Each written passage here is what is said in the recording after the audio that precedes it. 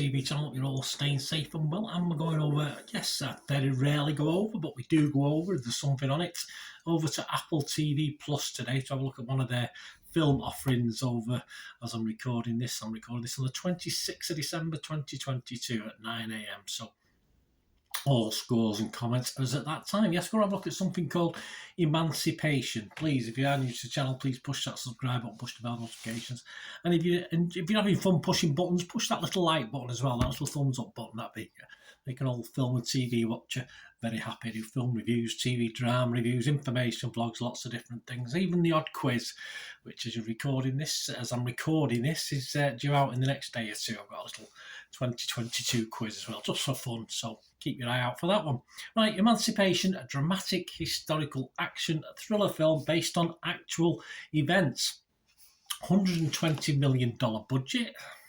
Quite expensive. A 15 certificate, 2 hours 12 minutes, which was okay. I wouldn't mind a little bit longer actually. You know me, I don't like films too long, but there's certainly more in this. We could have got more out of this one. Apple TV Plus, as I said, directed by Antoine Fuqua and co-produced by and starring Will Smith. In the lead role is an enslaved man in Louisiana in the 1860s who escapes his plantation. He actually, excuse me, he's actually taken from his plantation to another place to build railroads for the army, and obviously he then escapes from there. So not quite right in the synopsis there. But all these scores, as I said, as at the 26th of December, Rotten Tomatoes, 56% positivity, so all right, but not fantastic. 3.2 out of 5, so that makes it 6.4 out of 10. Internet Movie Database, Joe Public, 5.9 out of 10, so just below the magical 6 out of 10 I like to see. Almost 13,500 scores and reviews. And yeah, you've got over 6,000 people scored between 6 and 9, and 2,200 between 2 and 5. So yes, you're just getting about a 61% positivity. So that sort of bodes pretty well. Metascore, the other critic site we look at, their users, there's a few on there, just a few. 10 were positive, 7 were mixed, and 13 were negative. The film was written by William N. Collage, is loosely based upon the real-life story of Gordon, actually named Peter in the film, a former slave, and the photographs of his bare back, heavily scourged from an overseer's whippings that were published worldwide in 1863, give the abolitionist movement proof of the cruelty of slavery.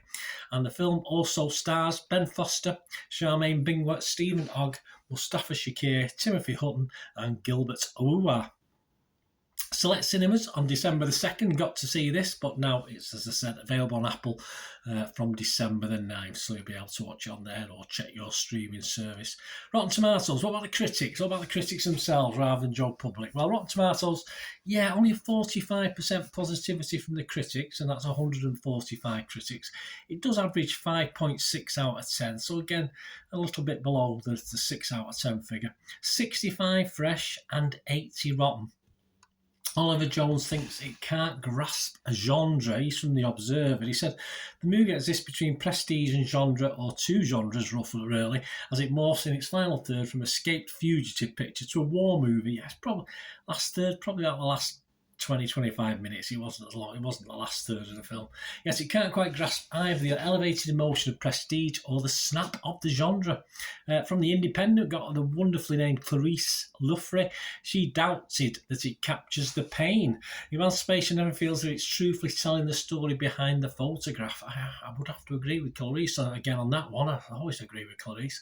Or how one man's pain became emblematic of an entire nation's evil. I think they missed a trick. We'll talk about that when I give my little two pennyworth at the end of this.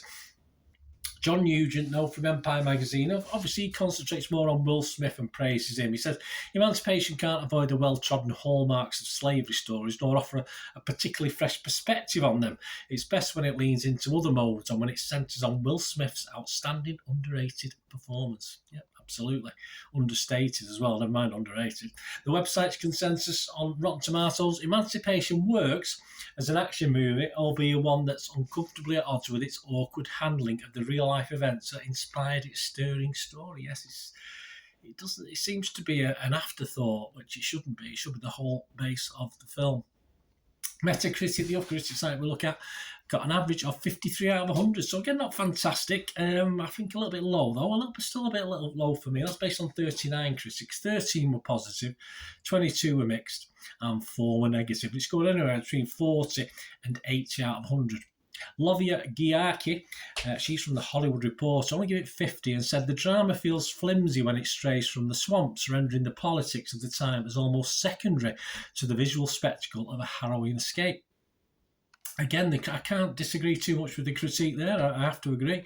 But the Telegraph's Robbie Collin, he gave 8 out of 100. He said, Emancipation is a finely crafted, unflinching pursuit thriller about a slave seizing his freedom in the 1860s Louisiana. And the first notable thing about it is that Smith is terrific in it. Yeah, so Will Smith's getting a lot of plaudits for this.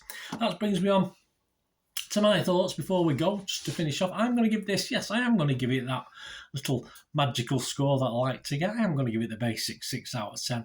It is a competent telling of a story of a slave on the run trying to get back to his family. What we don't get, though, is any real depth to it. As I said, some of the critics have said before, the whole idea was the picture of the beatings and the scars on this man's back, and it just seems an afterthought to me. I thought there could have been a little bit more backstory to this, all right? 2 hours, just over 2 hours. They're limited a little bit, but I think they could have made use of the time just a little bit better for $120 million. In itself, the awareness of the photograph is all about the story. So if you go into this without knowing about the photograph, perhaps it doesn't matter too much, but you do want to see a little bit more about it. But as names also been changed in this, it's certainly not to protect the innocent, a lot after all this time. And to me, that means the makers have sort of been perhaps unable to go a little bit deeper because of certain sensibilities. I'm not too sure, but that just makes it a lesser film in my eyes. And that's, you just needed that little more depth to it. I do like Will Smith. Will Smith does an okay job. I wouldn't say it's fantastic. He does a pretty reasonable job for me. I wouldn't go over the top. But that's all right. That's all I was really left feeling. I just felt there was a bigger story up to all this than what we actually got on screen. And an adequate addition to the genre, I would call it, that perhaps needs something just a little more different. It appears to have had the ammunition, if you like, but that ammunition turned out to be blanks, unfortunately, when it started firing them. So, yeah, a great shame. I think this is an opportunity missed of, I think, what could have been an even better story than what we get. Let me know what you think, guys. Anyway, it'd be great to hear from you. And until we meet again, I just one thing, don't I? Please stay safe, everyone. Thanks for watching. Bye for now.